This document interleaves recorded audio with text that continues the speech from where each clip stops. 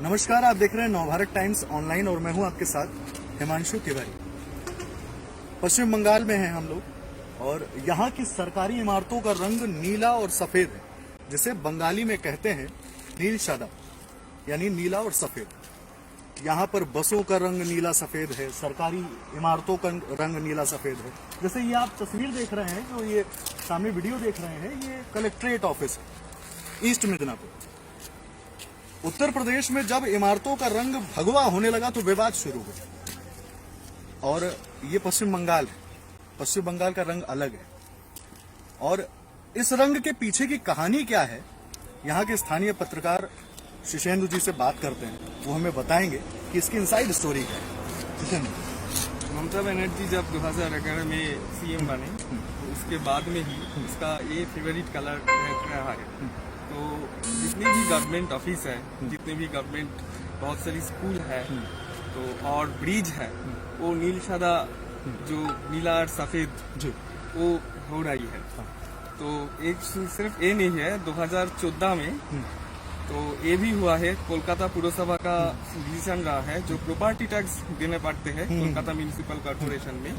वहाँ पे अगर कोई नीला सफेद पेंट कराती है उसका हाउस का, तो प्रॉपर्टी टैक्स में भी उसका कुछ डिस्काउंट वगैरह मिलने की मतलब मैं अपने हिंदी दर्शकों को बता दूं कि यहाँ पर जो गृह कर होता है, उस गृह कर में अगर आपने अपने घर की पुताई नीले और सफेद रंग से करा रखी है तो ममता बनर्जी की सरकार खास छूट देती है। इसके अलावा आप लोगों ने ये गौर किया होगा कि ममता बनर्जी की साड़ी का रंग भी सफेद होता है। इसके बारे में कुछ जानकारी जुटाई है हमारे सहयोगी विश्वगौरव ने, उनसे भी बात की। दरअसल हिमांशु, कल से जब से हम बंगाल पूरा घूम रहे हैं, हमने राजधानी कोलकाता में देखा बहुत सारी जितनी सरकारी इमारतें हैं, उसके साथ साथ जो लोगों के घर हैं वहां पे भी उनका जो रंग था वो भी सफेद और नीला था। तो कई सारे लोगों से हमने बात भी की, पूछने की कोशिश की कि भाई ये नीला और सफेद, इसके पीछे की क्या कहानी है। तो लोगों का कहना था कि ये एक ममता बनर्जी को ये रंग पसंद है। और अगर आपने नोटिस किया होगा तो वो सफेद रंग की साड़ी पहनती है और उसमें एक सिंगल कलर बॉर्डर होता है जो कि नीले रंग का होता है। तो यानी कि उनकी अपनी लाइफ में भी वो इस कलर को इतना पसंद करती हैं कि उसको शामिल किया हुआ है अपने कपड़ों में। सफेद रंग के उनके चप्पल होते हैं, कई बार उसमें भी नीला रंग देखने को मिलता है। इसके अलावा यहाँ पे आप देखेंगे जितनी भी सरकारी इमारतें जो हमें दिख रही हैं वो शायद कोई आवासीय फ्लैट्स हैं वहाँ पर सामने की साइड में, वो भी पूरे नीले और सफेद है। इसके अलावा वो पानी की टंकी आप देखेंगे वो भी नीली सफेद रंग से पूरी पुती हुई है। और जैसा अभी आसपास की जो ये कलेक्ट्रेट ऑफिस है, इसके अलावा हमारे सहयोगी जो बंगाल के हैं शिशेंद्र, उन्होंने जैसा बताया कि यहाँ पर गृह कर में भी छूट मिलती है अगर आप अपने घर का रंग जो है वो नीला और सफेद करते हैं। लेकिन हिमांशु, इन सबके बीच सबसे अहम चीज़ ये है कि जब 2017 में उत्तर प्रदेश में भारतीय जनता पार्टी की सरकार आई और कुछ इमारतों को भगवा करा दिया गया, उस दौरान सवाल ये उठा कि भाई आप अपनी पार्टी का रंग या जो अपनी विचारधारा का रंग है वो आप सरकारी दफ्तरों पे या ऑफिसेज पे कैसे थोप सकते हैं। उसके बाद काफी विवाद हुआ, विपक्षी दलों ने सवाल उठाए।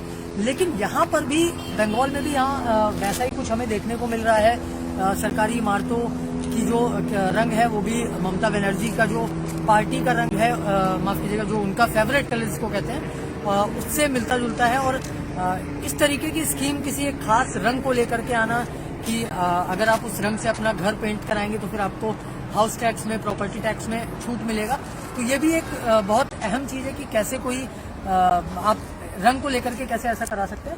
हिमांशु, लेकिन आपको क्या नहीं लगता कि जिस तरीके से उत्तर प्रदेश के अंदर ये पूरा विवाद शुरू हुआ, हमने नेशनल मीडिया में बंगाल को लेकर कभी इस तरीके का विवाद नहीं देखा कि चैनल्स ने ये सवाल उठाया हो, विपक्षी दलों ने इतना खुल करके सवाल उठाया हो कि भाई आपने सरकारी इमारतों के रंग क्यों एक रंग से करवा दिए हैं, मतलब जो आपका फेवरेट रंग है। तो ये भी कहीं ना कहीं एक सवाल उठता है। क्या आपको लगता है कि अगर सरकार बदलती है भविष्य में जब भी, तो एक तरीके से तो बड़ा बर्डन हो जाएगा सरकार पे कि वो फिर से इन कलरों को बदलाए? क्योंकि हिमांशु, अहम चीज है कि अगर मान लीजिए भाजपा आती है तो वो ये कलर को नहीं रहने देंगे। हाँ तो ये एक बड़ा खर्च भी जुड़ेगा, जो भी इस चुनाव में या अगले चुनाव जब भी सरकार बदलेगी तो बड़ा खर्च ये जुड़ने वाला है कि इन सारी इमारतों का रंग आपको तुरंत बदलना पड़ेगा। बिल्कुल विश्व गौरव, पश्चिम बंगाल में जैसा कि मैंने बसों में भी देखा कि जो रोडवेज बसें हैं उनका रंग भी नीला और सफेद, मतलब बंगाली में कहें तो नील शबा। और दूसरी चीज, बसों के अलावा जो डिवाइडर होते हैं उनका रंग भी नीला और सफेद, और तकरीबन हर चीज को एक ही रंग में रंगाया गया है। और कई लोग कहते हैं इसके पीछे कारण, जब हम लोग कल अलग अलग इलाकों में घूम रहे थे तो कई लोगों ने कहा ये रंग जो है ताकत दिखाता है, बताता है कि टीएमसी यहाँ पर कितनी ताकतवर है।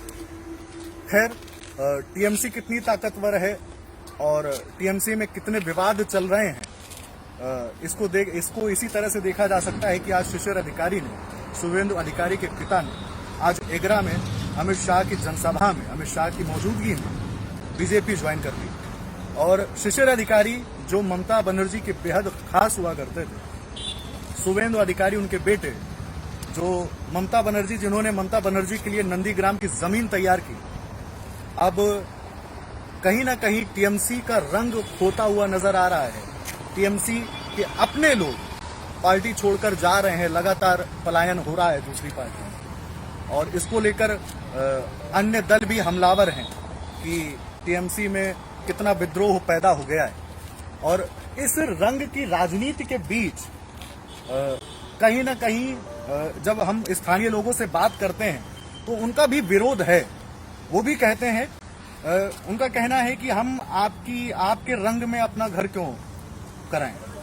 तो ये रंग की राजनीति है, और इस रंग की राजनीति का अंत या आगे वो बढ़ेगा या अंत होगा, ये 2 मई के नतीजे ये पूरी तस्वीर स्पष्ट करेंगे विश्व गौरव। बिल्कुल हिमांशु, और इन सबके बीच एक अहम चीज जो अभी आपने बात की, जिस तरीके से शिशिर अधिकारी ने आज भारतीय जनता पार्टी ज्वाइन की, और वहाँ पर हम मौजूद थे जब यहाँ पे उनका हेलीपैड बना हुआ था, हमने लोगों से बात की, बड़ी संख्या में लोग उनके स्वागत के लिए आए थे। अमित शाह ने भी अभिवादन स्वीकार किया हाथ हिलाकर।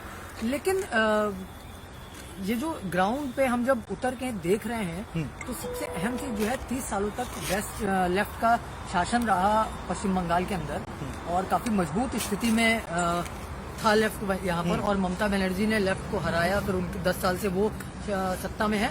लेकिन अहम चीज देखने को मिली हिमांशु कि लेफ्ट का कोई वजूद नहीं दिख रहा है। कांग्रेस एक नेशनल पार्टी उसके साथ मिली हुई है, इसके बावजूद लेफ्ट कहीं जमीन पर हमें नहीं दिखता है। जी विश्व गौरव, कांग्रेस भी नहीं दिख रहा है। इस बीच जो है जिक्र खास तौर पे सिर्फ 2 दलों का हो रहा है, टीएमसी और बीजेपी का, और इसके पीछे कारण क्या है वो हम शिशेन से जानते हैं। शिशेन, हिमांशु जी, पहले तो मैं ये आपको बताऊंगी, हाँ। जो रंग के बारे में आपने हाँ। बहुत कुछ बोला, हाँ। तो ये भी एक फैक्ट है। हाँ। जब सीपीएम लेफ्ट जब हाँ। यहाँ पर रूलिंग पार्टी पे था, तो बहुत सारी बिल्डिंगों का कलर रेड होता था। जो गवर्नमेंट ऑफिस था, एडमिनिस्ट्रेशन मेन ऑफिस जो होता है कोलकाता में, महाकरण, वो भी रेड कलर का था। और टीएमसी 2014 में जो किया है, जो बोला है, जो प्रॉपर्टी टैक्स का वो जो डिस्काउंट मिलते थे, तो वो पूरे स्टेट में नहीं, सिर्फ कोलकाता में ही वो है, वो सुविधा मिलते थे। और ममता बनर्जी जी को एक बार सवाल किया गया था, क्यों नील सादा, क्यों ए कलर, तो वो बोला था, जो मैं जयपुर से घूम के आया हूँ, अगर जयपुर पिंक सिटी हो सकता है तो कोलकाता नीला और सफेद क्यों नहीं। तो उसके बाद ही सब कुछ यहाँ पर। अच्छा, पत्रकारों ने सवाल नहीं किया कि नील सादा मतलब नीला और सफेद ही क्यों, कोई और रंग क्यों? हाँ, वो भी उसको एक्सप्लेन किया था ममता बनर्जी ने। तो उसने कहा था नील सादा कलर जो है वो स्काई का कलर होता है, और वो कलर स्काई में कोई लिमिट नहीं है, तो बहुत ऊपर तक सब लोग जा सकते हैं।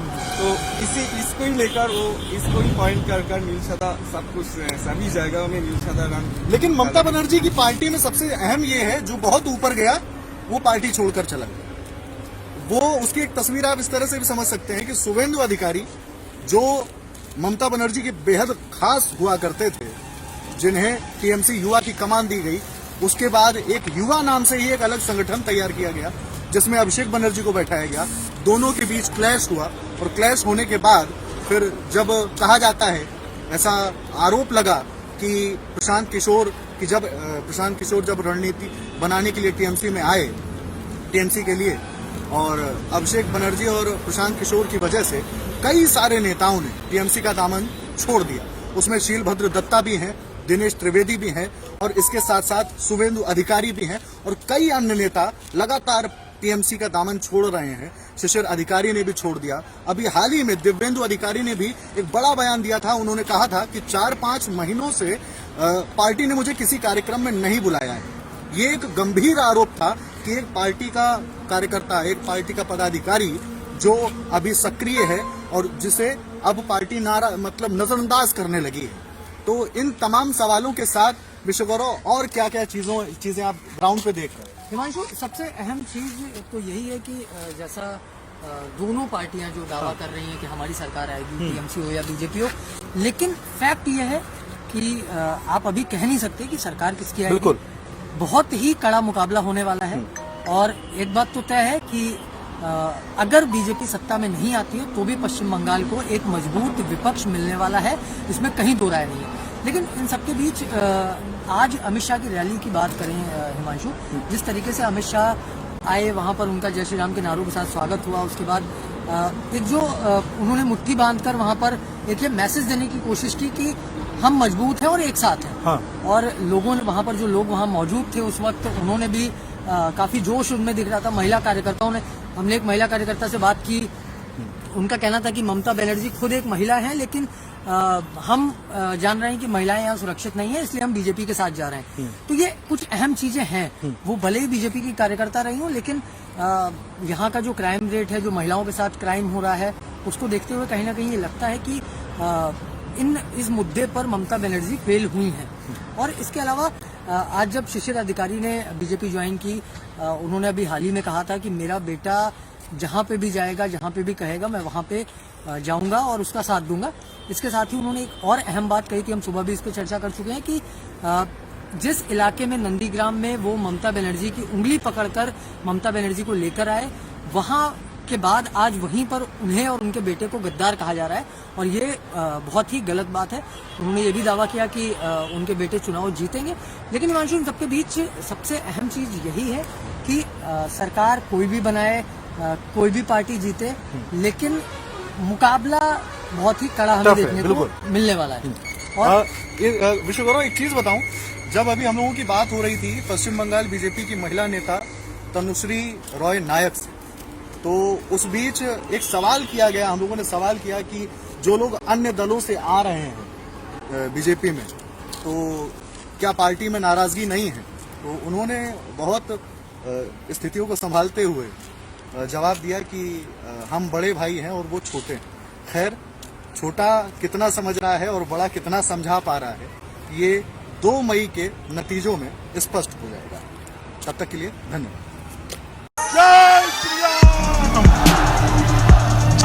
हमले की हकीकत, बयान और फजीहत, अरे दीदी तो बेइज्जत कर रहे हैं। राम और जंग, या देवी चंडीपाठ करना, समस्तिता नमस्तस्यै नमस्तस्यै। रैली में हिंदू राज, षड्यंत्र और सियासी आग,